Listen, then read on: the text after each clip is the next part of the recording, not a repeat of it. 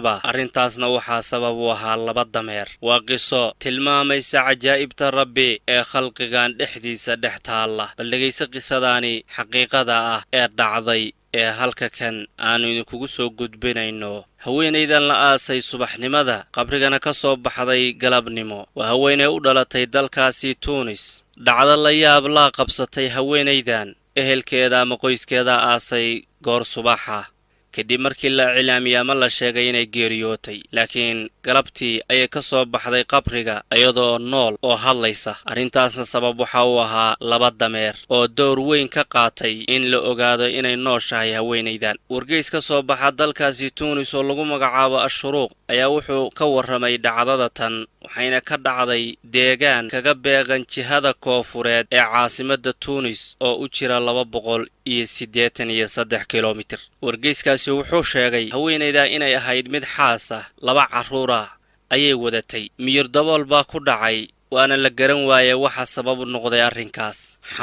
xanuunada ka mid ah oo miyir daboolkeedaasi ka dambeeyay la garto la fahmay ma jirin. muddo ayay miyir daboolkaasi ku jirtay ama koomaha. qoyskeedii wuxuu maleeyay ama dadkii waxay moodeen inay dhimatay. waxay go'aansadeen mar hadday dhimatay sida aamineen inay kafan u soo godaan oo kafanta u raadiyaan, tacsiyadeedana cilaamiyaan ama sheegaan. dad badan oo qaraabadeeda ka mid ah ayaa soo xaadiray iyagoo aaminsan inay haweenayda dhimatay. subaxii baa la qaaday, qabrigaa loo qaaday. in la aasaana la doonaya. salaad janaasa lagu tukaday. markii la aasay ee la duugay dadkii waa soo noqdeen si tacsideeda ay halkaasi uga sii wadaan oo ay ugu murugoodaan. wuxuu kaloo tilmaamay wargeyskaasi arrinta la yaab kale ee dib ka soo baxday oo ah haweenaydan in ay noolayd, nolosheedana lagu ogaaday 2 dameer. haweenay ayaa waxay lahayd 2 dameer oo deegaanka iyaduna degganayd ee haweenaydaani ka geeriyootay ama ku geeriyootay. labadeeda dameer waa u xirnaayeen. galabkii markii la gaaray ayay xariggii ka furtay si ay ugu kaxayso meel ay rabtay inay geyso. hase yeeshee waxay aadeen dhinacii qabriga ama qubuurta deegaanka. meel kale ay jiha kale inay aadaan dameeradii waa diideen. kolkii dambay tiri bal aan daba galo. waan raacay bay tidhi. qubuurta markay ku dhow yihiin baan waxaan maqlay cod qubuurta mid ka mida ka soo yeeray. muhiimad ma siin bay tidhi, sababtoo ah waana cabsaday. meeshaan taagnaa inaan dhaafo xagga hore u dhaqaaqo dhinaca qubuurta waa awoodi kari waayey. dameeradii baan isku dayay bay tidhi inaan soo leexiyo soo kaxeeyo. waa ay suurtageli weyday bay tiri arrinkaasi. mar labaad iyo mar saddexaad baan isku dayey, natiijo la'aan baa ii soo baxday. mar kalaan waxaan maqlay bay tiri codkii. markaasaan geesinimo intaan iska muujiyey ayaan waxaan go'aansaday codkaani qabriga si gooni uga soo baxaya inaan hubsado. qubuurtii baan ku dhowaaday. mase waaba qabrigii haweenaydii heblaaye ah oo ay taqaanay daris ahaayeen saaka lagu aasay. waan soo orday bay tiri anoo qoyskii iyo dadkii iyo deegaankii ka dhex qaylinaya oo dhahaya qabrigii heblaaye lagu aasay. cod baa ka dhex yeeray. dadkii oo dhan waa soo yaaceen oo qubuurtii bay soo aadeen. qabrigee bay faageen. mase haweenaydii la aasay saakay waxay ugu tageen qabriga gudihiisa iyadoo nool oo kafantii inta jeexjeexday madaxeeda ka qaaday. halkii baa laga soo bixiyey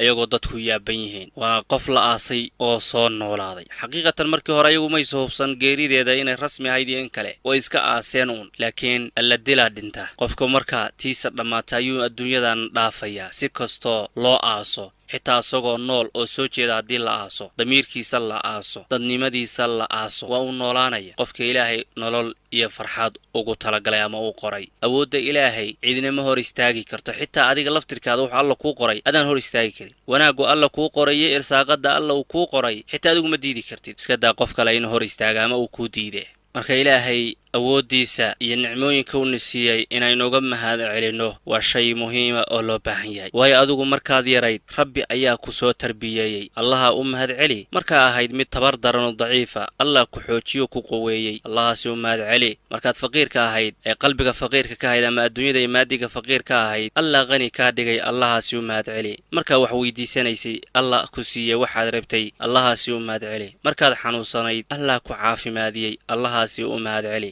markaad qaawanayd allah dhar ku siiyey oo ku asturay. allahaasi u mahad celi. markaad safartay allah kula saaxiibo safarkaada ilaalinayay. allahaasi u mahad celi. markaad maqnayd allah ku soo nabad celiyey. allahaasi u mahad celi. markaad dhunsanayd ama habowday oo xaqaad ka leexatay allah ku hanuuniyey. allahaasi u mahad celi. markaad dhawaaqday allah ku ajiyey.